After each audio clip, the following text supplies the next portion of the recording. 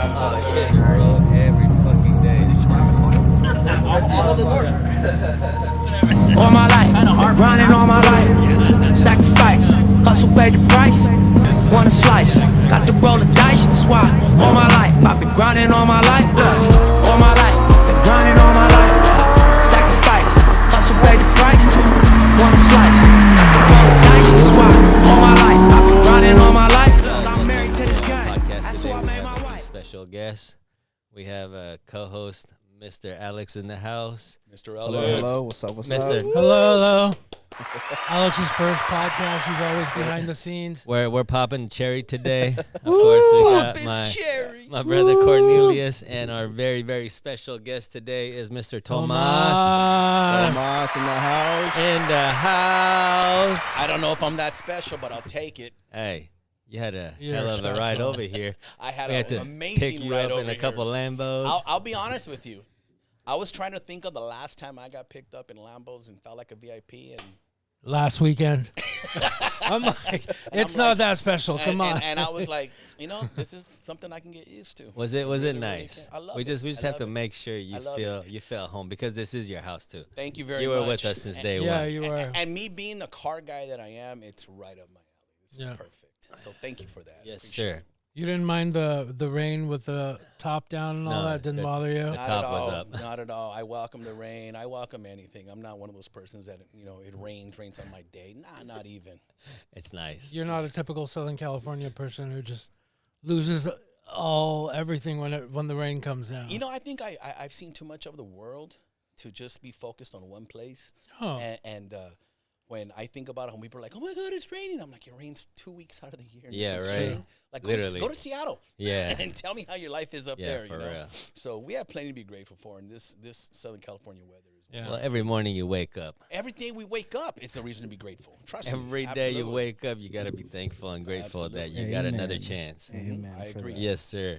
And I mean, we've all gone through a crazy amount of trauma, I think, between the three of us. Man, But there's a whole lot of story behind us Wait. three. I just noticed it's all three. Your All of left our- leg too. All of our is left. We're all the left. Yeah. You should just show them too, so everybody knows what you've gone This through. is what Yeah, I yeah, mean, look it up, I look it got up. to save my leg, but I don't know if Kenny can see it.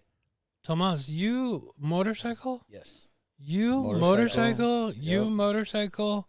We all Do you guys want to do a public announcement here about motorcycles and love left riding. legs? Want to hear something I love funny? Like riding. maybe this is a good opportunity to seize that. I will say this. Before riding a motorcycle, I used to build motorcycles. I used to customize them for fun. It was a hobby.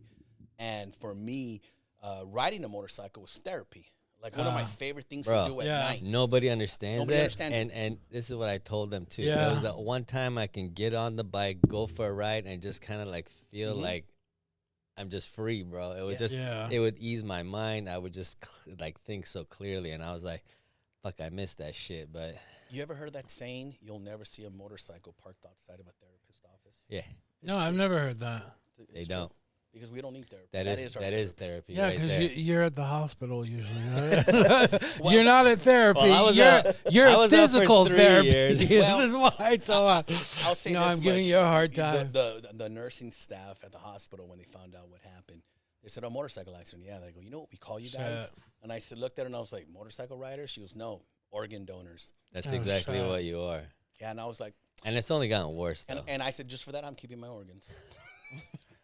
What do you? I mean, yeah, we don't have to get too much into Yeah. it, but yeah, we won't. We No. can. I mean, one thing about me is that recently I've gotten more into sharing because a lot of people have questions. Yeah, And I'll be really honest with you. In the past, I never really shared much because my own limited belief would tell me nobody cares. Nobody wants to hear what you have to say. what? But I've learned recently in the last, I don't know how much time, that it's opposite is the truth. Right. The truth is, a lot of people are asking me, they're asking me why and so forth. And then when I really, really get into it, like I did a podcast a week ago with like my brother. His name is Miguel Aguilar. I saw that. Yeah, and he owns the company. He was on our podcast. Yes, Yeah, yes. yeah, yeah. And Yeah. we barely were able to scratch the surface. Right. And he was like, "Well, our time limit's up." He goes, "Will you come back?" I said, "I would love to." Yeah. And he says, "We can talk about this. We can go there. We can go there." And he goes, there's plenty to talk about. A lot of people want to hear your story. Yeah. And I was like, really? He says, absolutely. Of course. And since then, I've been getting a lot of positive feedback. People hitting me up that I don't even know. I talked to a guy earlier today on the phone. He hits me up. He asked me a question about something random. And he goes, can you have time to talk? And I had like 15 minutes. I said, yeah. I called him right. We talked right then and there. And we talked for half an hour. Snowy. No.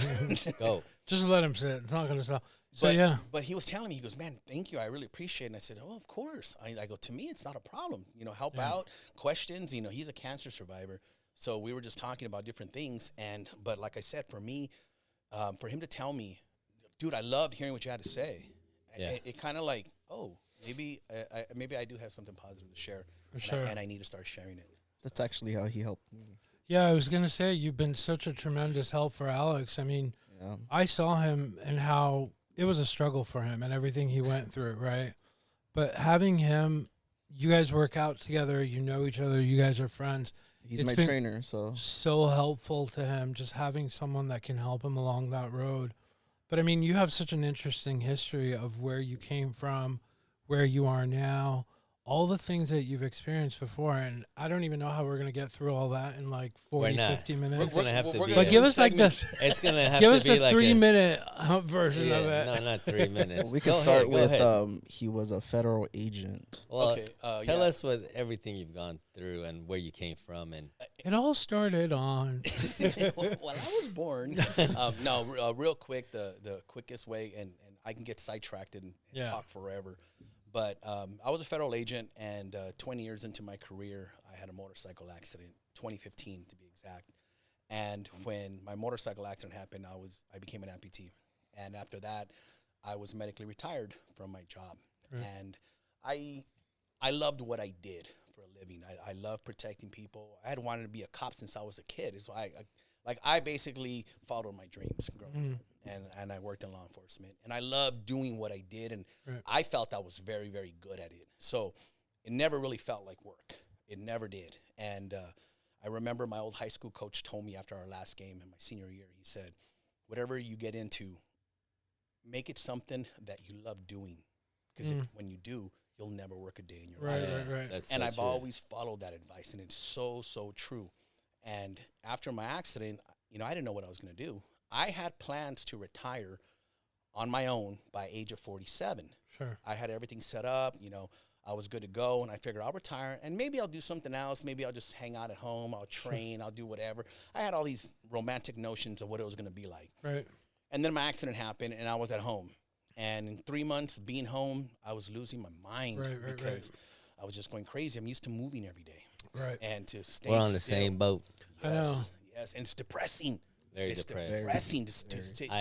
It's just not who you are. I don't want to cut you off, and No. I'm very outgoing tonight. I love being around people, and then when I woke up like a month later in the hospital, and I had no idea. I remember I don't know if it was my brother or my mom pushed me to the window just so I can see outside. I started getting teary-eyed because I was just like, holy shit, how long am I gonna be stuck in here for? Right. And I was I didn't get back out for like 3 years. I went 6 weeks without seeing outdoor. When the doctors finally said we could put him in a wheelchair, take him outside. Yeah. At the time, I was at Cedar Sinai in West LA, and they took me down to the garden, like the garden area, and I just remember being down there, and it was one of the most surreal experiences because it's almost like an out-of-body thing. Yeah. Because you're like, wait a minute, what am I doing here in a wheelchair? Yeah. I can't move. I can't even get up. I can't even walk. I was limited on so many things I could do, and that's not something I'm used to doing. I'm used to being a person that, I'll get up, I'll move the world if I have to. Right. And to not be able to do that, it's very. You lose independence. Oh my God! It's sad. Did you not remember what had happened, or? Oh, I remember everything. Okay. Everything. And sometimes when I get into the details of what happened and how it happened, and I start remembering certain things, I'm like, wow, yeah, I remember that. That's crazy. But like anything negative, my attitude has always been, hey, there's no problems in life. There's only solutions. Right. That's always been my mantra. It works. It works. And now I was in a position where I was like, okay, I've talked about this. I've preached about this to people for the longest time. Now it's time to put action to your words. Right. Now you get to be the example, not just talk about the example. So that was my mentality. But man, it was a tough climb, you know, Right. because like I said, to go from being able to move the world to being pushed around in a wheelchair, and you're like, yeah, this is not this is not what I planned for my life. This is not what was supposed to happen. Right. You know, For those who don't know, how long has it been since your accident? next month will be 8 years. So it was February of 2015, and I spent the first February through June, I was in the hospital, and pretty much the whole time minus 3 weeks, because I came out once and then I had to go back in because I was having complications. And that time I was out, it was about a week. Then I came out a second time and I was out about 10 days, and then I went back in. And in addition to losing my leg, I had a total of 11 surgeries. Wow. Four were on my stomach because I had GI issues, and they had to remove certain parts of. Tomas, my bring anatomy. your mic a little bit closer because you cut in and out. Sorry. Sure. Thank you. Better? Put Much. it in your mouth. No, you go in and out. So yeah.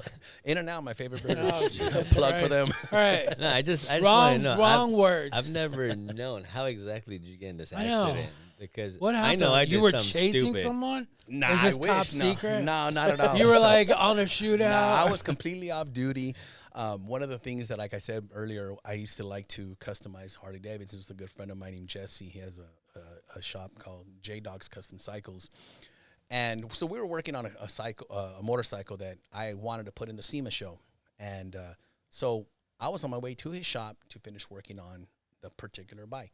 Right. Now, a little bit about me, I used to collect bikes before. You know, when I had my accident, I had a total of like 8 or 9 motorcycles. Oh, 'Cause wow. I would buy one, customize it, get attached to it, then buy another one. I'm like, oh, I'm going to sell it one day, and I But you never don't. would, you know. Yeah. And anybody who's a car or bike collector can definitely, you know, Relate. understand that and relate. So I was on my way to the shop, and I got cut off by a diesel truck. Oh, crap. And the diesel truck had those. Yeah, I don't know if you ever noticed on diesels, they have like these spiked lug nuts. You see them. Yep. I've seen it. Yeah. Well, that is what That took shit off always my leg. scared me. What? That's what acted as the grinder to that. I know I laugh, but yeah. but my body basically made contact with the wheel, and it's kind of hard to describe. But basically, he was Easy to turning, I visualize. hit, and my left side, my whole left body was pretty much at the front of the cabin where the wheel was, Oh my and gosh. the lug nuts, it's what They're grinded like into my they're leg. like 4 or 5 inches out. Yeah. Right? They're like fucking long. Yeah. So what Did he happened? just not I see seen it, I or- seen those trucks. I'm like, why the hell do they have such big ass fucking? lug It's nuts? it's a thing for Yeah. It's like an aesthetics. aesthetic. Yeah. But I'll be honest with you, it's such a liability. Yeah. That they shouldn't be allowed to have them, For in my real. opinion. But I get it. I like Wait, to so was your customize leg things. ripped off right then So and there? basically, my and leg. then it affected your Yeah. So what everything. happened was, when I made contact, you know, I basically hit, and when I woke up, I was on the ground and I was still moving because I could feel my helmet rubbing against the pavement. So you know when you stop, okay, your body stops moving. You're like, okay, get up. You know. So the Right. first thing I do is I go to get up and I go to put my foot down and I can't. Oh shit. And I look and it's just loose hanging there. And I said, oh, shit. So I looked, you know, where I was cut at. I said, okay, I'm really, really close to my femoral. I have minutes to live. So what I did was I said, okay, you know, my training kicked in, and I basically decided to apply a tourniquet to myself. So an individual came running up, God damn. and he was like, what can I do to help? I can't even imagine Wait, that. so this is all happening. You're conscious, and you're immediately going into Work mode. like, I'm a Survival paramedic. I mode. gotta Let me patch survive. myself up. Yeah. So you like took off your belt, trying to. I tried to use my belt, but my belt was a very thick leather belt, so it wasn't optimal for what I was trying to use. So the individual, a guy named Anthony, ran up to me, and he was like, what can I do to help? And I'm on the ground looking up to him, and I see that he's got these like cargo shorts with a canvas-style belt. I said, give me your belt. So he taking off the belt, and he's like, oh, what's this for? I said, I'll show you. So I go and I start applying the tourniquet, and I'm like, hey, I said, does this gross you out? And he goes, no. I said, I need you to put your hand right here. So I had him put his hand and grab a fist, turn it to give me the torque while I continued finishing it off. I said, keep your hand there. And he kind of looked at me. He goes, what am I doing? I said, you're actually saving my life, believe it or not. I said, this is going to give me time so that I can wait for EMS to come and help me. So he was like, how do you know this stuff? Right. And I said, oh, I'm a federal agent. I'm off duty. And he goes, oh, shit. I haven't exactly been on the right side of the law my He's whole like, entire he's life. like, I gotta You're run. like, I I gotta gotta go. run. I swear to God, I swear to God. He's like, I haven't really been on the right side of the law my whole entire life. I said, I don't care, bro. Doesn't bother me at all. I don't judge. I go, if it makes you feel any better, let's start over. I'm a firefighter. I love how you're having this conversation while your I your know. leg is totally like cut off and bleeding out. and you're just coming to, and you're like, That's fucking nuts. yeah, I'm good. We're gonna be good. I'll tell you. I'm like, how, The best part was when most people are in shock. when I called 911. So I get on the phone, I call 911, and I said, hey, we have a TC. I said, motorcycle versus diesel truck, male, and I started describing it. I'm male, 42 years old. I'm 5'10", I give my weight, everything. And I said, just to let you know, lower left appendage has been removed from the body, so it needs EMS immediately, fast as you can get here. And I was already looking down the freeway, and I saw traffic standing up, and I said, do not have them come down the freeway. It's already jammed. Have them come down the next exit. What? So I'm giving Back up, instructions. yeah. So I said, make sure you come down this exit to be able to get, Yeah, because I was back. already past the gore point of where Yeah. the freeway split. So I'm giving instructions. So the 911 operator, she says, okay, well, who was in the accident? I said, I was. She says, who's the one with the lower left appendage that's missing? I said, me. What? And she goes, who was in the accident? I said, lady, pay attention. I don't have a lot of time to explain things to you. I'm only going to say things once. I was in an accident. My lower left appendage has been removed. I'm bleeding out. I've applied a tourniquet. This, and this. She was like, oh. I said, I'm a federal agent. I said, I know how to do these things. I'm giving you instructions. When you send EMS, send them this way. Damn. So EMS gets there. They start working on me. And so I'm thinking, okay, I'm good. You know, for the most part, I'm good. They finally put me in an ambulance, and they start taking me to, and that's when the guy looked at me, and he says, hey, I know this is a dumb question, but do you want anything for the pain? I said, yes, please. And I was calm. And he says, on a scale of 1 to 10, what's your pain level? I'm like, about 1,000. And he was like, how are you so calm? Right. And I said, I know that if I'm not calm, my adrenaline is pumping, and so is my blood out of my body. My blood is my oxygen. So if I lose too much blood, my ticket gets punched. And I know that. So I'm trying to remain as calm as possible as I'm talking to him. And he's like, are you allergic to anything? And I said, yeah, red diesel trucks and white trailers. And he's like, Damn. he goes, are you kidding me right now? And I was like, no, I'm not kidding you. I go, don't work on me like I'm dying. I said, I have a 7-year-old son. He's about to turn 8, and I'm not done making him a man. I said, so I'm not going to die. I said, I'm going to raise my son. So a lot of times people ask me, they say, well, what was your inspiration? What kept you motivated? I go, well, my son, real easy. That's an easy one, no brainer. So I have a son who's now 15. His name is Tomas. And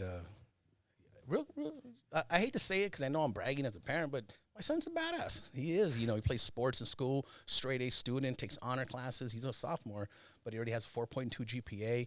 He's all, last week had his finals. He was I aced every single final. And a part of me is kind of like, I think I'm not pushing you hard enough. We got to push you harder, but it's really hard to. He plays sports. He plays lacrosse, plays football. Yeah. He's, getting straight A's in school and really. As long as he's having fun doing it. And he's having fun. And he's a great kid. He's very respectful. Anybody who's met him, they tell me the same thing. So, but yeah, he's the reason why. He was my motivation why I was like, no, I can't die. I'm not done. So either you were part of the Terminator program because you just, you went through this whole thing and having a conversation, and maybe this is just what was underneath. Training pays you're off. prosthetic. Training definitely pays off. But then I immediately think back to what kind of training did you have as a federal agent that got you to that level of self-control? Because, you had to be doing some hardcore shit. Yeah, right. And this is something Alex can relate to because he's had military training. Right. And one thing that we constantly train, and we train every single day. And the number one thing that we always train to do is always stay in the fight, no matter what. And my mantra is no matter what, I will not lose. So whether I'm fighting for my life or I'm doing something else, I'm not going to lose. Mm-hmm. So I was in the position that day where I said, don't lose. Real simple. I'm not going to lose. What gave you that kind of tenacity? People don't just wake up and say, you know what, I'm not going to lose no matter what. There's got to be something that kind of started that thought for you, right? Who started the thought, I'll tell you right now, I'm a huge fan of JayZ. And I heard him say it one day, and I just said, yeah. How old were you? So I became a fan of JayZ probably about 20 years ago. And I became a fan of him by accident. And when it was funny because I was with a friend of mine. He's a detective for NYPD. His name is Ronnie Johnson. And we were going somewhere. And at the time, we were training. We were in New Mexico. And he goes, hey, do you mind if I stop at the store first? I want to get JayZ's new album just dropped. And I said, sure. And he goes, are you a JayZ fan? And I said, oh, not really. He says, why not? And back then I was like, no, I like Pac. I like Biggie. He goes, you don't like JayZ? I said, Wait, is this in L.A. or New York? No, this is New Mexico. Oh, nice. So he's telling me, he goes, are you a fan of JayZ? I said, no, not really. I said, I really never really got into him. He said, why? I said, well, I listened to a few of his songs and there's nothing that I relate to. Right. And then he started playing the Black Album, and right away from the Black Album, one of the first things he said, where JayZ says, if you grew up with hoes in your sapper toes, you celebrate the minute you be having those. And when I heard that, I said, hey, did he just talk in Spanish right now? And then he was like, I don't know. So I rewind it. When he rewinded the song, I heard it, and I just became a fan at that moment. I was like, wow. And then that's when my friend explained to me. He goes, JayZ is the master of the double entendre. He says one thing, but he means something else. So I heard the lyrics to every song on every single album, and I said, bro, please pull over. Pulled over to when we stopped at a store. I bought every single album I could find. I said, this guy's going to be my new guy because I could just relate to everything he says. And the more I listened to his music, the more I I was like, wow, this is amazing, and I relate to him so much that one day I was talking with my wife, and we were talking about my accident, and she says, do you ever go back and thank the medical staff that helped you? I said, as a matter of fact, I became friends with a doctor. His name is Dr. Ramin Gabay. I said I became friends with him. Like, I went to his house. I go, like, I'm very grateful for the medical staff that helped me. I said, so I tell people all the time, Cedar-Sinai Hospital saved my life. Right. But JayZ saved my mind. Because when I was in the hospital, I didn't watch TV. I didn't like looking outside. It reminded me of a world I couldn't participate in. And knowing that my world was never going to be the same again, I didn't want to look outside. I was afraid. I didn't know what was going to happen. I didn't know what my life was going to look like as an amputee. I had no experience with anybody as an amputee, so I had nothing I could relate to. And but you didn't look outside the window and be inspired to a degree, like to want to get out there. Yeah. Hell no! I looked out the window and I was pissed off. I looked out the Right. window. I was like, "Fuck this shit! I should not be here. Yeah. I did not sign up for this shit." So the anger phase that you go through, it's real. Like, to the point where anybody that knows me knows I'm a very jovial person. I joke around. I like talking. I'm a very social person.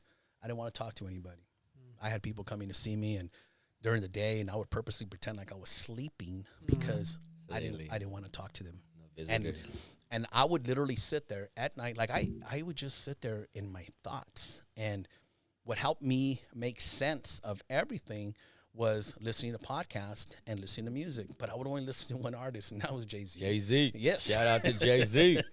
And You saved this man's life right here. he definitely did. And I'm going to meet him one day. I know I am. I'm going to meet him one day, and I'm probably going to smoke a cigar with him because that's the kind of meeting I We're need. definitely going to have some cognac with For him. sure. That's going to be a celebration, for sure. Tomas is technically my JayZ to me. I believe that. No, it's I true. met him before I even cut my leg off because I had it for 2 years, and he will talk to me all the time that whenever I'm ready, he's going to be there. Amazing. And I remember calling him as soon as it happened, and ever since then, like, if I ever have any questions, like he says he didn't have anybody to really relate to, I'm fortunate enough that I had somebody to go to, Right. which is a huge thing because I remember I was in the hospital for a month and a half, but I was high peak of COVID. So I couldn't even see my kid, even though he was my motivation. I had no visitors, nobody when my accident actually happened. I remember was just watching the damn clock just. That's all I would hear. It's the most helpless feeling in the world. It is. And honestly, I didn't have it as bad as Alex did. I had more didn't time, either. but I had somebody in the hospital with me. Who was there? Like, who was your support? Man. My support started with my family, my cousin Lupe, my cousin Felisa. They were the first ones to step up and say, "Hey, we got you. We got this. Don't worry." And I didn't know, like, okay, what's my life going to look like? Right. And my cousin Felisa was like, "Don't worry. When you get out of the hospital, you're going to come stay with us until you get on your feet," and so forth. So I was very, very blessed to have family and an amazing family structure that I have now. In addition to that, I have my friends and my coworkers, and it was such a blessing, like such a blessing. And it's funny because I tell people, I never really realized how loved I was until I had my accident. And this is why I say this. So my accident was on a Saturday, about 3 o'clock in the afternoon. At the emergency room at 10 o'clock at night, there was 100 people in the waiting room. So the way that the first hospital that I was at, the way the trauma center was set up, there was like 4 beds for every pod. Right. Every pod had its own visiting waiting room. So my cousin came and told me this a few days later. She says, you know, it really blew me away because Saturday, she said, we were in the waiting room and you had a bunch of people in there, and the doctors would come out and they would say, hey, who's here for Rodriguez? And 2 people would get up. Who's here for this person? 2 other people, 3 other people get up. When they came out for you, she said, who's here for Della Mora? She said, 85 people got up. Oh, wow. Like, we're all here. And everybody looked at each other. So I had friends from work. I had friends that I used to ride with. I had regular friends I grew up with, plus my family. So I guess word got out and everybody went. And my cousin told me, she goes, you're very loved. And I'm like, what? She goes, you're very loved. She goes, we counted over 80 people here, and they were all here for you. And at first I didn't believe it. I was like, you're bullshitting, you're exaggerating, you're trying to make me feel good. And then she was like, no. She says, this is exactly how it was, and this is exactly what happened. And I was like, oh, wow. You know? And it was so, like, kind of, I know this sounds crazy, but it was so intense that the doctors were saying, hey, he needs rest, he needs to be left alone. And people were still coming in to see me, to the point where my job had to put 2 agents at the door, armed agents, to prevent people from coming in to see me. Damn. And when I thought about it, I was like, well, shit. And at first I was like, well, who's that dumb that doesn't understand that a person needs rest? But then I said, well, I'm not in their position, and they're giving me love. Right. Why would I reject it? It's a beautiful thing, you know? So, but yeah, I really, really learned. And so what I took with that from my experience was that, okay, the best gift in life is never the one you get, it's always the one you give. That's my attitude. Yeah. So when I met Alex and he told me, he goes, hey, I might become an amputee. I said, really? Told me a situation. I was like, okay, great. You're going to have a lot of questions. I said, here's my number. Call me. I don't care, anytime, any day. I don't care if you're depressed. I don't care whatever state of mind you're in. I know everything that you're going to go through. I went through it. Call me. Be more than happy to talk to, and a friendship developed. Then after he got his leg cut off and he was like, well, I've been in a chair. I haven't been doing anything. Haven't been active. I said, okay, cool. Are you done with your excuses? Let's get to work. So I just said, cool, let's start working. I said, we're going to start you off little by little. And then little by little, he's been coming in and we've been working. He's losing weight. He's looking good. Yeah. You can tell by looking at his face. He's lost weight.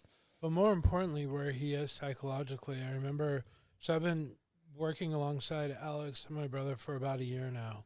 And I remember when I first came here, Alex was like, you could tell he was not in a good space, right? He was always in a wheelchair, always kind of, you weren't good. And now I see the changes. I even told my parents, I'm like, Alex is reliable. He's making an effort every day. He's just a different person. And I think you had a lot to do with having someone that understood and has gone through everything that he's going through still.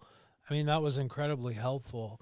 Were you, there's just no excuse. Sorry to cut you off. No. There's honestly just no excuse. I see him and I see what he's capable of. Yeah. So at the end of the day, the excuse is myself. For so sure. That's kind of how I just live every day. If something needs to be done, then it's going to be on you. Right. It's on me. So I see what he can do. I see what he's achieved. I've seen his transformation. Right. He's had a huge transformation the last 6 months, I believe. And there's just no excuse. Anything can happen. You just have to find a will, find a way. For us amputees, it's just adapting to a new way of living, and then how it's actually going to be able to work for us. There's going to be a way regardless, just for anybody out there. No matter what you're going through or what you have, disability or anything going on, there's just always a way. You just need to find your way. It's not anybody else's way. It's not if Ali's way is different than mine, Cornelius's way is different than mine. At the end of the day, if it gets done, it gets done. It just needs to be your way, and you need to find that. So that's just, there's no excuse. There isn't. And look at where you are now. It's like, How did you transition from really a low point, from what you're describing to where you are now? You're a very successful entrepreneur. You have one of the best gyms here in Costa Mesa. Like what was that step? Like what were the steps that went from that to there? And what was the time frame? It was like, what, 8 years or so? So my accident happened 2015. 2015, I pretty much spent the whole year rehabilitating. I didn't get my prosthetic leg till the end of the year. As a matter of fact, it was on December 4th, JayZ's birthday, that I got my leg, and I was There actually it really. is. It was meant to You be. and JayZ are It like was meant to be. in the stars. Absolutely. One day they're going to be in alignment too. And so that whole year, 2015, pretty much was a wash. It was like learn how to walk, learn how to stand, learn how to do the basic things that you need to learn all over again. So 2016, I started taking physical therapy, learn how to walk. My nephew Jay approached me and he says, "Hey, let me work you out. I'm a trainer. This is what I want to do." And at the time, I said, "Man, that's for young people." In my head, I'm thinking, my days of lifting weights and being in the gym all the time, those are when I was in my 20s. That's for young people. It's a young person's sport. But then I started working out with him because honestly, I was just like, I hated being at home. Yeah. And I fell in love with fitness. Yeah. I really, really did. And my nephew approached me and he was like, "Hey, and I started thinking, well, what am I going to do? What am I going to do? And so my nephew approached me and he was like, "Hey, you know what? Let's get a gym. You help me run it, blah, blah, blah." And at first I was like, "Sure, I can help you. What's the big deal?" So I really thought I was just going to be like a hands-off, kind of supervisor role. Right. But as time went on, I really, really, being in the gym every day, it really, really helps you whether you want to or not. Right. So you can either sit there and say to yourself, "Okay, cool, there goes a gym." Or you could just sit there and say, "Well, I want to be a part of what they're doing because I like it," And that's what got me lifting. And so I did it, but I wasn't like dedicated to, the point where I am now. Now where I really, really watch my diet. Now I have aspirations to compete. I want to compete as a bodybuilder. And, there's some people like, "Oh, well, that's an amazing feat. If you go up there as an amputee, you can, just for the fact that you're up there." And I'm like, yeah, that's cool, but fuck that. I'm not showing up just to say that I did it. Right. I'm there to take the prize. I want the trophy. I want to say that not only did I did it, I was the best up there. And this is no fucking excuse just because I only have one leg. So I'm not going to allow you to put me in a category that's different. I want to do this like everybody else. But you are doing it, and you've done it. I mean, just the transformation, your body transformation in the last 6 months or so. 6-8 months. Hey, yeah. don't worry, because we're gonna have a before and after. Just so Well, people there's some us right understand. now. Look. That was the middle point right there. Yeah. No, but you look great, No, man. I mean, you've like I haven't seen you for a few months, and I'm kind of You're blown away cut, by your yeah. shoulders and your arms and shit. Hey, they call him Tank for a reason. That's his Is that your nickname? That's his Tank? nickname right Yeah, there. The Tank. It's funny, man. I got this nickname back in 1993. So I started working. I was working with the U.S. Marshals, and one of my first days at work, I'm there, and I don't have a uniform on. So I'm wearing a shirt. Back then, I used to train Brazilian Jiu-Jitsu. Oh, wow. And I used to train, and the guy that I trained with is kind of like a well-known guy because he was winning the UFCs. His name was Royce Gracie. So Sick. I show up. I'm You were wearing training with Gracie? Yeah. He was You my first. bastard. He was my first jiu-jitsu That's instructor. dope. Yeah, back in the early 90s in the Torrance days. Yeah. So I'm training him. I show up to work, and I'm wearing the shirt, and my boss, who's like an ex-professional ball player, he's 6'2", very athletic guy, very, very loudmouth, kind of boss. As a matter of fact, I become that kind of boss just because I love the way he was. His name was Patrick Smith. We call him Smith Dog.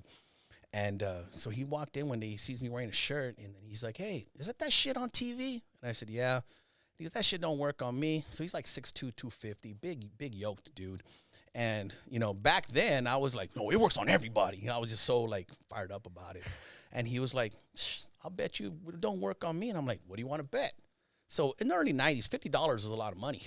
Now it ain't nothing, but 30 years ago was a lot of money. So he's, "I'll bet you $50. You can't take me down." I'm like, "That's it?" I go, "Great. You want to go to a gym or something?" He goes, "No, right here." I go, "In the office?" Hell yeah. And he's like, "Yeah. What, are you afraid?" And I was like, "I don't want to lose my job on my second day of work." And he's like, "I'm your boss. You ain't losing your job." And I was like, all right, what do I have to do? He goes, show me that it works. Okay, we got up. He got into a fighting stance. I swept in. I took him down, and he was not expecting it. And he gets up, and he's like, yo, I wasn't ready for that. Give me another chance. Go double or nothing. I was like, all right, cool. So had a chance, did the second time. And second time I took him down, I put him in a heel hook, which it's like a submission hold. Yeah. And I said, don't move, so I will pop your ankle and That take it shit home hurts. with me. Yeah. Oh. And when that happened, he's like, okay, I give. I get up, and then he hit me in the chest, and he was like, you's built like a tank. And he was like, I thought you were It stuck soft. with you. And he goes, and when he said that, all of a sudden, you know, I became Tank. So I become his boy. Now I'm going with him everywhere. You know, he's introducing me to, you know, we're in different agencies. We're picking up inmates, whatever. I become Tank, and I become known as Tank. So the name just stuck with me. Nice. And, well, who wouldn't want a nickname Tank, right? Yeah. So. Wait, did you immediately go into the Law enforcement? Yeah. Yeah, 93 I did. I was 21 years old. like straight out of high school? Pretty or much, yeah. You that know, was I just a tried to passion be of a yours? cop too, right? No, I didn't know that. I did. Really? I trained for Anaheim, Santa Ana, Orange. I did all the tests. I was going to be CHP because I had a guy in there, but, you know, CHP is not really a cop. So they made fun of him. But I had a dude that took me on ride-alongs all the time, and it's right before my accident. And when the accident happened, I couldn't do shit after that. So I don't know if it was meant to be for me not to be a cop. It probably was. Yeah, But it was. I look It kind at of kept me away from that. I look at it like this. Well, you're still friends with all of them. Oh, yeah. Oh, Yeah. you know, it's true. I look at it like this. Like your situation, I sit there and I say, okay, there's a reason why. Yeah. And instead of questioning it and being angry about it, Oh, I'm not be angry. blessed by it. Totally. Just sit there Yeah. and say, hey, could it I'm glad what's going on now. You Yeah. know? Like it's funny because when I was talking to my boy Miggs last week, I was telling him, I said, you know, I got to a point in my life that I'm very, very happy and content about, because when I had my accident, the guy that hit me did not have insurance. So I got stuck with a shit ton of medical bills, Oh, you know, geez. and I'm not going to lie, it broke me financially for a while, you know, and Thank you, Wells Fargo. I had insurance with Wells Fargo. $1.6 million they covered. Wow. good for you, man. I appreciate that. Sorry, I had to leave your asses. But so it was one of those things where I said to myself, I was like, okay, this is the position that I'm in. You know, what do I do? Be angry? I had my little anger phase, and then I Right. realized just to save me. It's just time to move on. Right. You know, and no matter what happens, it's once again, it's not what happens to you. It's Right. not what happens to you. But It's your all your attitude's towards it. mindset. You know, because in It's your life there are no mindset, problems. man. It's only solutions. I like that. It's well, first of all, the anger thing, right? It doesn't do anything, and it only hurts you. It like makes the problem worse. If you sit there and stress or get angry, I always come back to this. I akin it to this. You can be angry for whatever reason, but to me, there's a saying, holding on to anger and resentment, it's like taking poison, but expecting the other Oh, person for to get sure. sick and die. Right. It doesn't happen. That's You do. exactly what it is. That's it all kills it is. You. It kills It you. does. You know, and so like I was telling my boy Miggs, I said, you know what? I got to a point where for a while I was angry because the way the individual was. I remember the day of my accident, he even offered help. I said, and I was angry about it. But then I realized one day, I said, you know what? Give him grace. Maybe he didn't know what to do. Right. He was afraid. But not only that, they said, what would you do if you were to meet him today? And I said, well, in the past, my old self would have been like, man, I'll probably sock him or something because I'm still Like, pissed off. Empty the clip in him, maybe. I don't know. But I said, now. But now I forgive him. I said, now I would shake his hand and I would thank him. Really? Not because he did me a favor, but because if I would not have had that encounter with him, my life would not be what it is right now. And I love my life. Right. I'm one of those Yeah. persons that I love everything I do in my life. I built myself in a position where not only do I get to, you know, help myself, I get to help others, and I get to create the win-win for people. Right. And in life, to me, there's no better feeling. Yeah. When Alex approached me, he was like, well, I don't know what to do. I was like, bro, don't worry, I got you, you know? And to be able to create something positive with Alex, for me, I feel like I'm fulfilling my purpose. Yeah. And my purpose was renewed after my accident. I had to reinvent myself. I had to pivot hard. And it was always, okay, well, what are you going to do? And then I just started saying, well, just do what feels right. Right. And this has always felt right. Right. And I'm in a position now where this feels hella right. It couldn't be any more right. So that's why I tell people, look, I love my life. I'm grateful. And if I was to see him, I would shake his hand and thank him. Not because he did me a favor, but just to let him know, like, hey, man, it's all good. Don't worry about it, bro. I moved on. You know, I'm great. You touched on something that I think is very important that a lot of people forget, and we've been having this conversation, which is following your gut, going with what feels right to you. And that doesn't always feel right to other people, or some people question it. But I think there's so much value in that people underestimate. How did you go from being in this, like, why is this happening to me? What am I going to do now? To, you know what? I'm just going to follow what makes sense to me. Because it's gotten you to where you are now, where you have a successful business, you have a very happy home life, you have a lovely wife. I mean, just everything that you have in your life, it's meaningful to you. And it may not be meaningful to me, but it doesn't matter because that's not my life. But how did you kind of like believe in that and move forward with that decision making? Good question. I think first of all, I took ownership. And when you take ownership of something, you own everything. True. Okay? And very true. In today's day and age, I some of the things that, you know, nobody talks enough about is accountability. Mm-hmm. Now, I took accountability for my actions. Right. Okay? I chose to get on that motorcycle. I chose to go down that road that I was on. Regardless of the circumstances that happened as a result of my choices, it was still my choice to do it. Right. Okay? I didn't have to make that choice. I could have easily got in my vehicle and driven there. But that doesn't change anything. So I took ownership, and I said, okay, if you're going to take ownership, the only way you're going to fix it is by owning everything, owning the good, the bad, everything. And that's the thing. A lot of people love to talk about, oh, no, I need to take ownership, and I'll take accountability. And then you ask them, you're like, you really take accountability for everything? Right. Well, not that, but everything else. Okay, you're not taking accountability correctly. When you take accountability, you own everything. And I think it started there. I took ownership, and I just sat there and I said, okay, look, I'm here because I made this choice. So my choice brought me to this point, which I wasn't expecting, but it was still my choice. Mm-hmm. So you can either feel sorry for yourself, be bitter, keep drinking that poison that we talked about earlier, or you could just sit there and say, okay, cool. Fuck this. What else are you going to do? Stop feeling sorry for yourself. Move forward. Create the life that you want. Because we all have that ability every single day we wake up.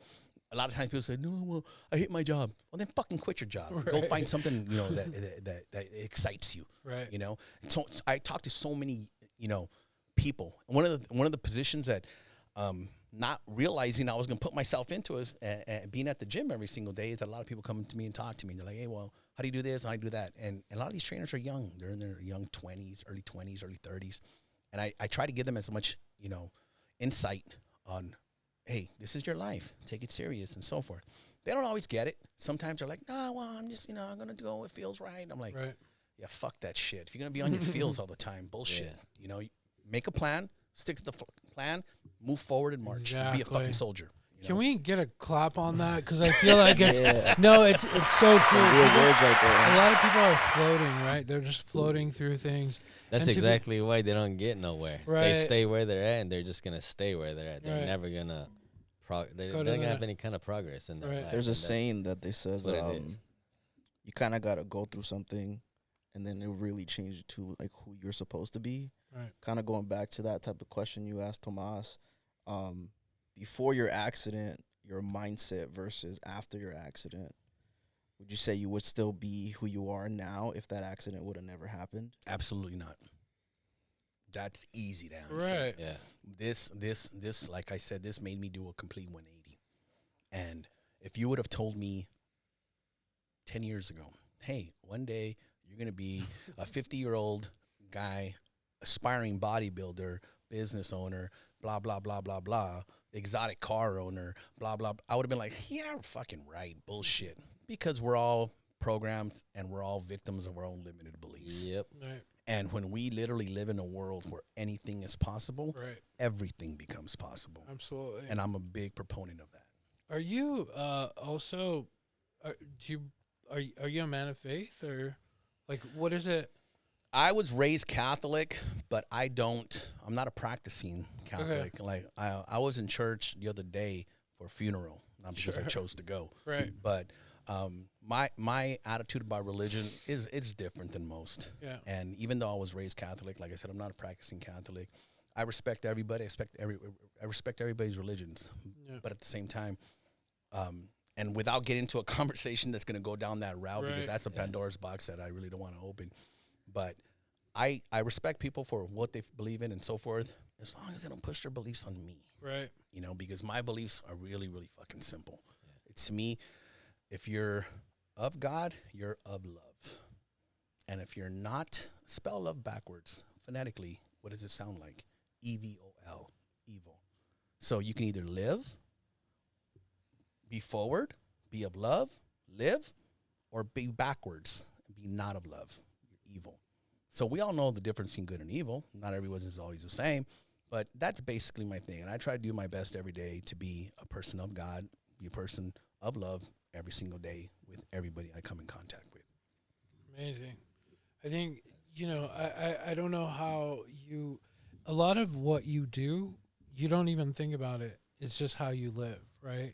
It's just the accountability, taking responsibility for things, following things that make sense to you. It's very pragmatic, right? Like you can touch it, you feel it, you understand it. But so many people are lost in this world of feelings and thoughts and never thinking they could actually do something to change their life for the better. And I think it's so inspirational to hear that from someone who's gone through something traumatic. I'm sure there's been a lot of other things that you've gone through as a federal agent, as a person who's traveled the world and lived in all these places to get to this point. I think there's a lot of value in that I wish people would pick up on and, more importantly, practice, incorporate that into their life. What I think is it's missing is in a lot of people, because I hear this all the time. Everybody talks about what I'm going to do. My plan is this, or I want to do this and that. Right. And I always ask them, okay, what's your plan? And they're like, well, I want to do it. Okay. Sounds like a pipe dream to me. Okay. Right. What's your intention? Yeah. Well, what do you mean? You got to have a plan. You got to have something to look at. You got to have, like, literally write it down. Right. Work on your goals, you know? And they may be something in your mind like, oh, I want to lose 10 pounds, okay? Start envisioning yourself 10 pounds thinner.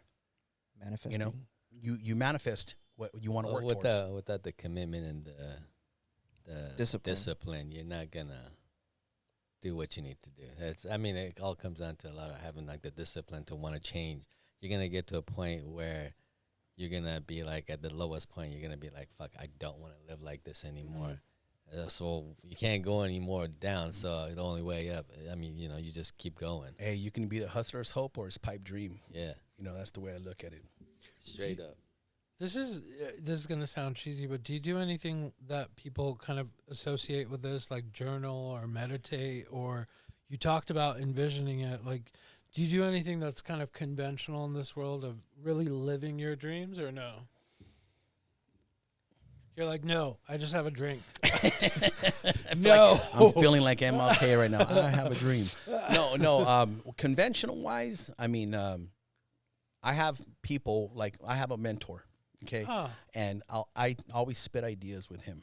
Amazing. And I'll talk to him like, hey, what do you think of this? And this is what I'm thinking. And what's your opinion? And then I'll feel him out. I'll see like, okay, cool.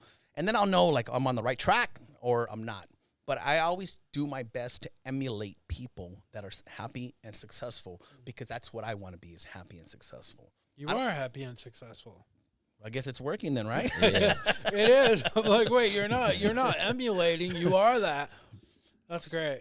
But yeah, I do have people. I do Okay. have like one person I talk to a lot is a good friend of mine named Scott Juarez, and very, very intelligent man. And sometimes, like he says, sometimes we'll start talking. He's like, oh, I'm rambling. I'm like, yeah, I know, Scott, but I like that ramble. Yeah. Because I pick up on everything you're telling me. Yeah. You know, and whether you think I'm listening to you or not, I really, really am. I'm listening to everything you're saying because it's interesting to me.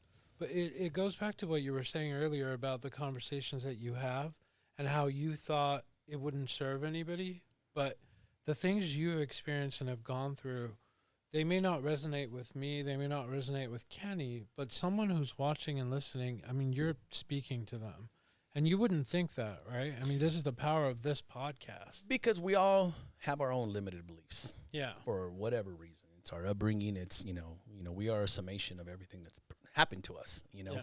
And sometimes you start thinking and you're like, okay, I'm getting in my head, I'm not that special, whatever. Because a lot of times people like to sit there, I'm special, I'm the most, I'm like, no, you're not, shut up, And sometimes I tell myself that, even like, for example, today, I was working out and I was having a great workout with my coach. And afterwards he was like, hey, peel off your shirt. I want to see what you're looking like. And I was subconscious because last week I didn't train.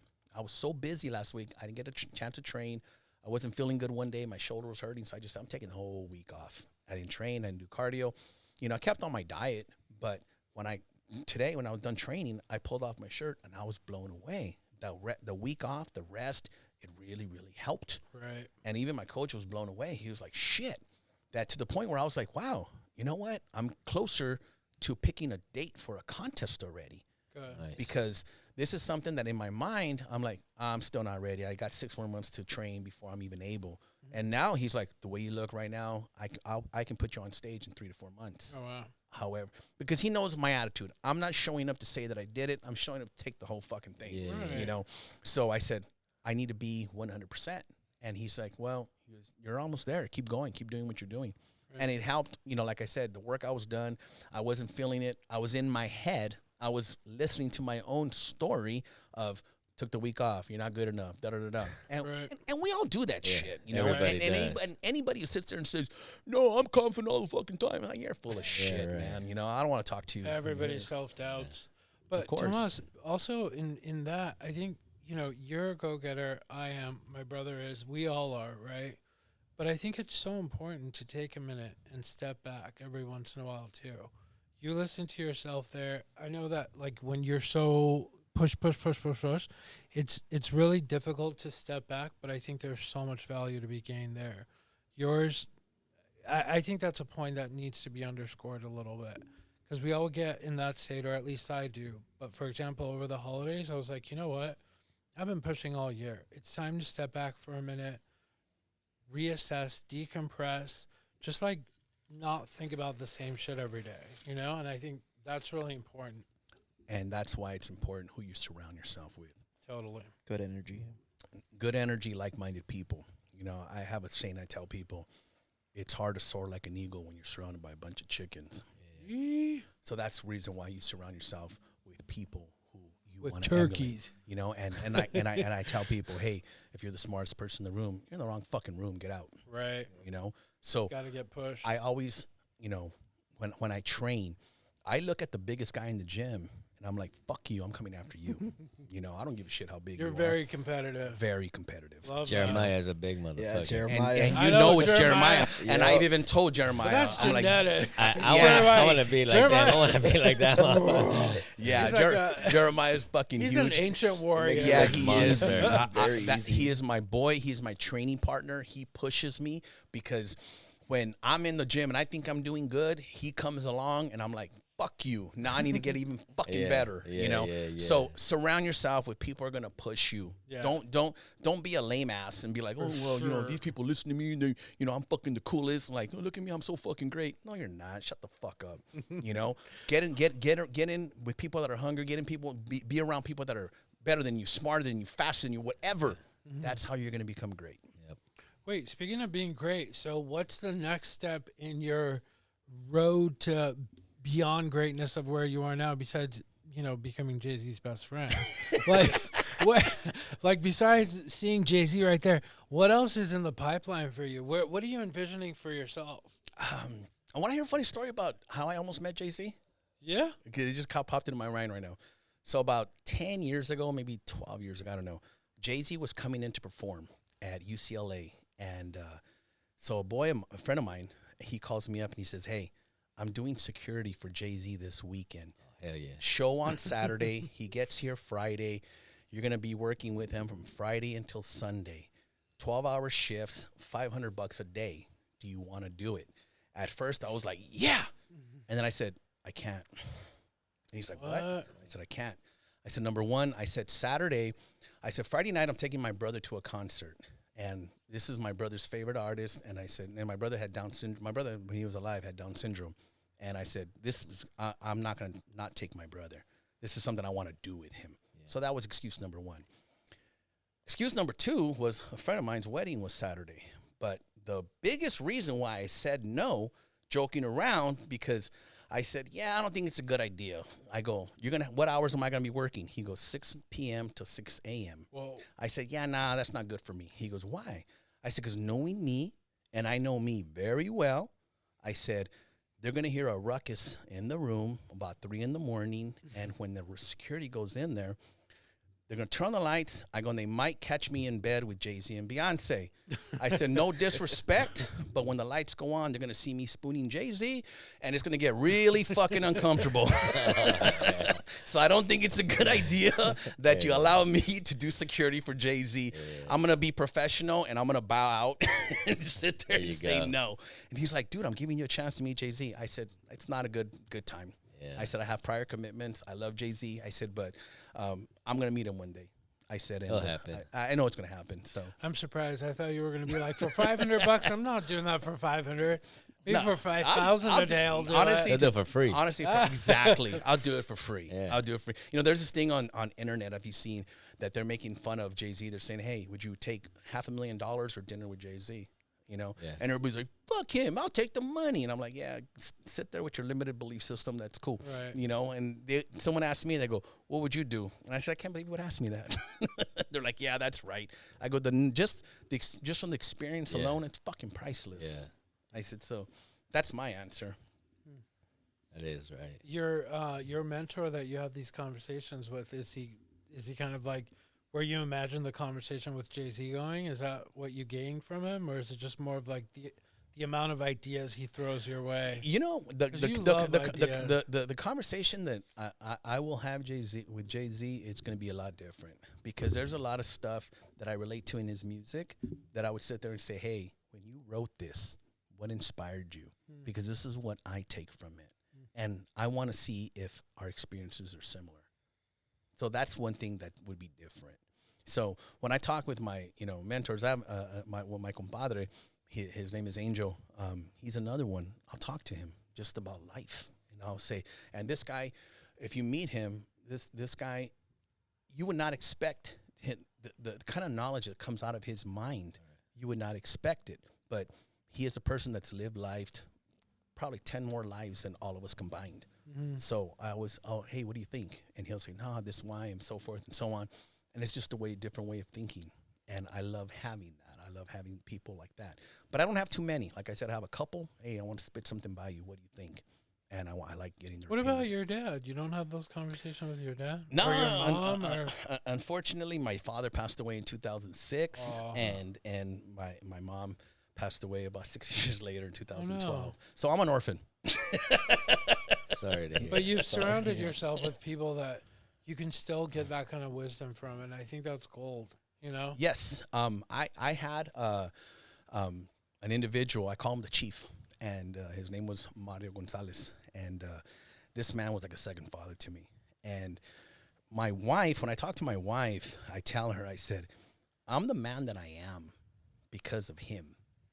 I said, and she was, I wish I could meet him, but he passed away as well. Aww. But he's the person that taught me in life there are no problems. There are only solutions. We just have to focus on the solutions.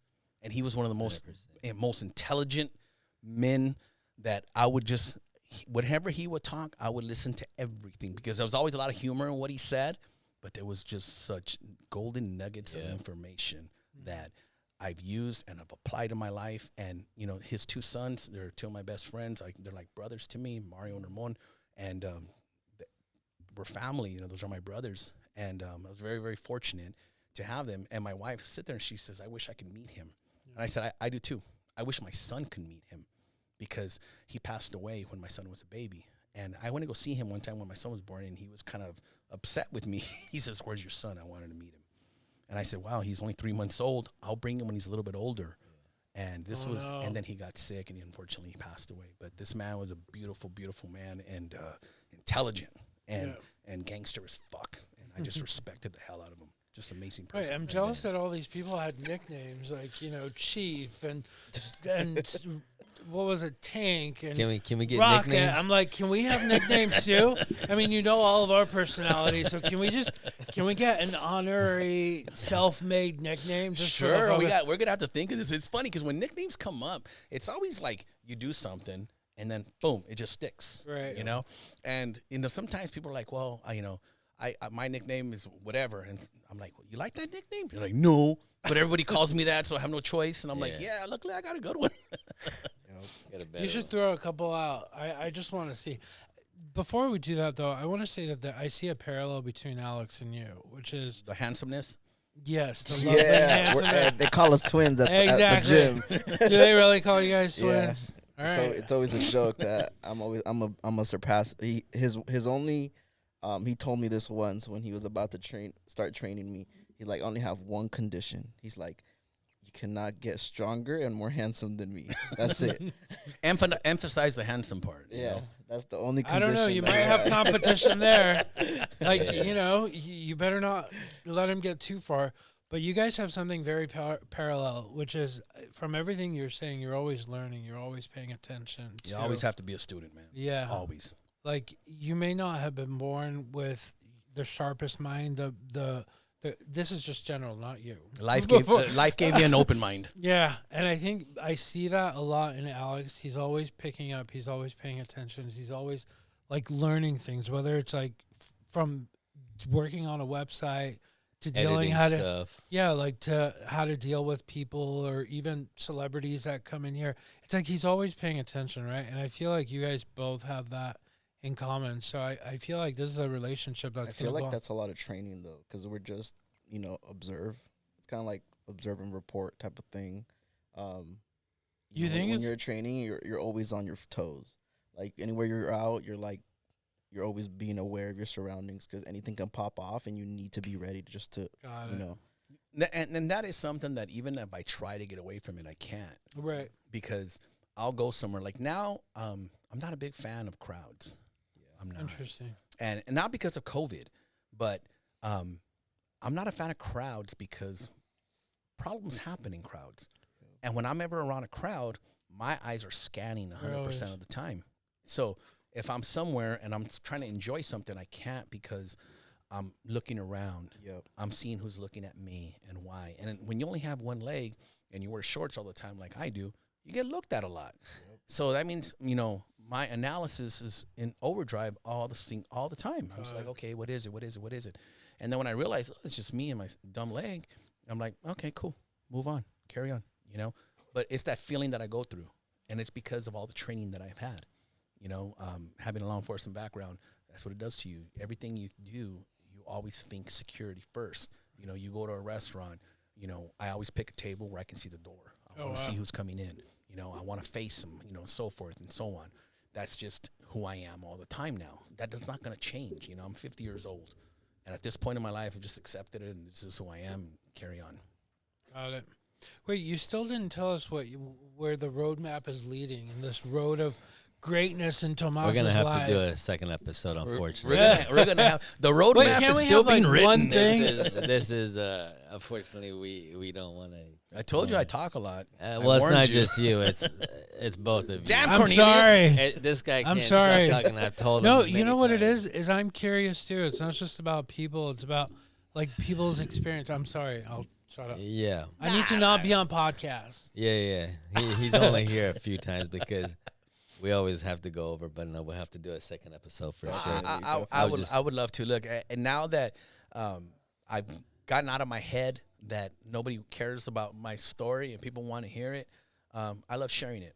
Good. And the more practice I get, I think the better I'll get at it. So I always want to be the best at everything I do. So if we can just finish the podcast with like one good advice for the people out there. Yeah. Just anything they're going through, they feel down, they feel like hopeless, they don't know how to surpass their own minds. Besides like surrounding yourself with good people, just something that the audience can actually take and, to themselves so that they can help themselves out to get to where they need to be. Wow. I know it's a big question because there's so many things. There's so many things, but to me, it always boils down to the one thing, and it's as cliche as it is, just never give up, man. Yeah. Never give up. You know, because once you give up, then it's done. Yeah, It's done. it is. So And don't I give told up. this guy since day one, once you give up here, everything else is gone. Yeah, and you know, we can really talk about this for a lot because, you know, can't. I We see can it. literally do a whole episode Yeah, on that mental shit. health is a thing that is so Huge. people are Oh, so it's so aware true. of nowadays. Yeah. You know, whereas It's it wasn't crazy. really talked about before, maybe 10, 20 years ago. Talked about all the time now. So I just tell people every single time, no matter what, don't give up. Because in Spanish there's a saying that says, "No te agüites, porque el que se agüita pierde." Pierde. You know, and like I tell people, once that happens, you're done. Wait, what does that mean? I don't. When someone says "no te agüites," it means don't like get all disappointed, don't get sad, because when you do, you lose. Got it. So when they say pierdes, it means you lost. So don't lose. Which goes back to my thing: I will not lose. So don't give up and have an attitude of that you will not lose. And you know, no matter what, I don't give a shit if it's getting up and taking a shower. You know, when you're going through shit, it's really, really hard. It's fucking really, really hard. So true. When And people, it's crazy. I'm sorry, I don't want to cut you up, but so many people don't understand when we go through that pain every day. I literally told him I was like, every day I would go to sleep like depressed, and I would only look forward to tomorrow because I would hope tomorrow is going to be a better day. And that literally kept me going to the next day, I mean, every day I woke up, I was like grateful that I have another day to do something.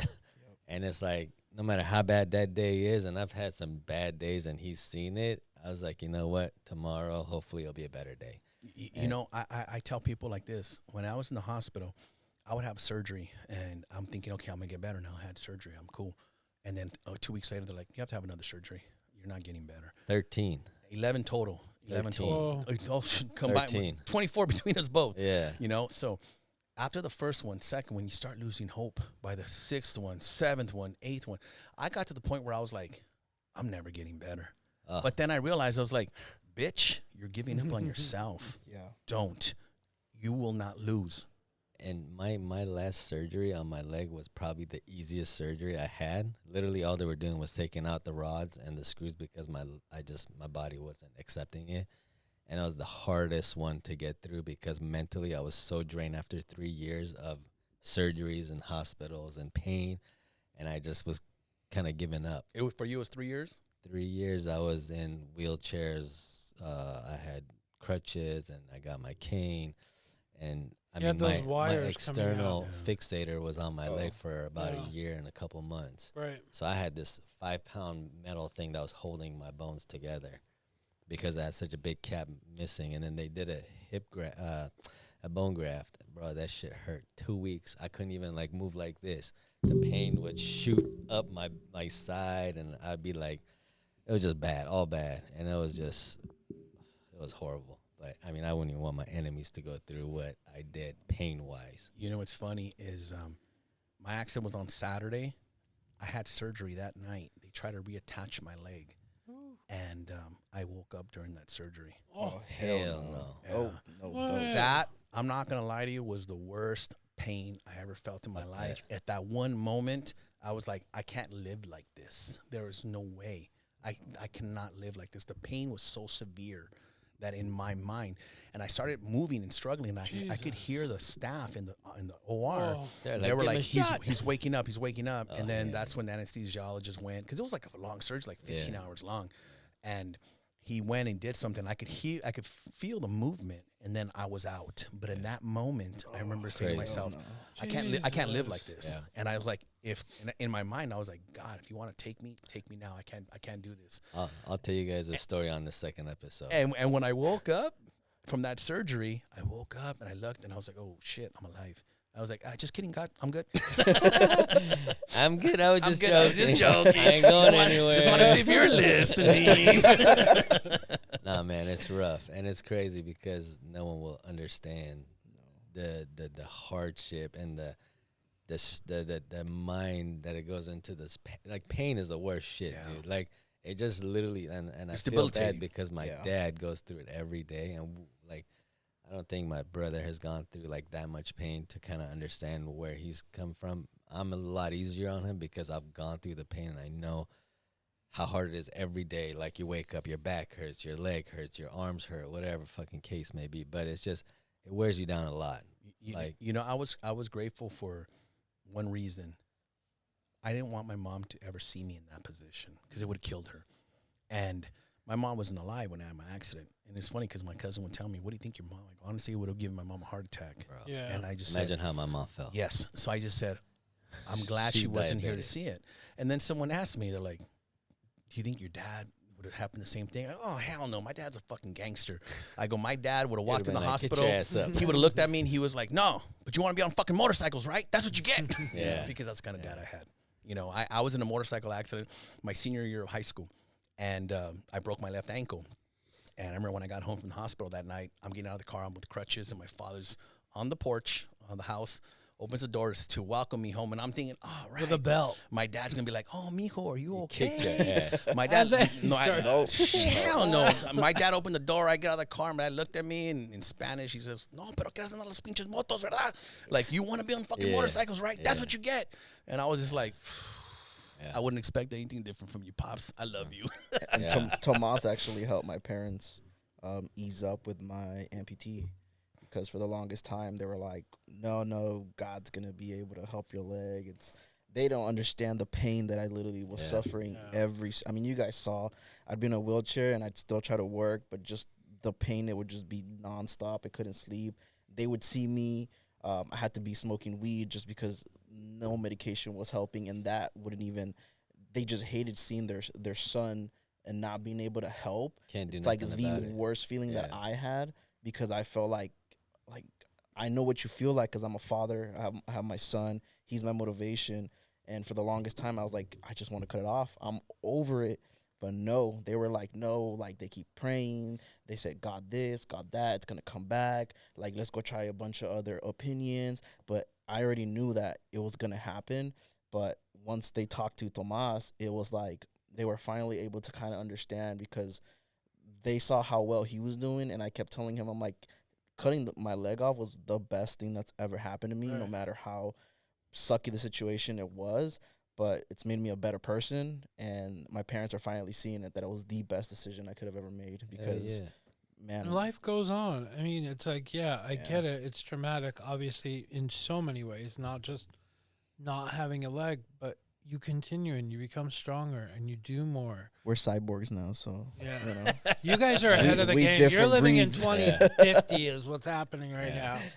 Pretty soon I would we'll all- have had the same thing. I mean, literally, I think my mom was the only reason why they kept my leg. Really? They were She trying fought. to take my leg, because my leg was in my own lap, just squirting blood everywhere. So my mom was like, you can't cut it off. You have to put it back together.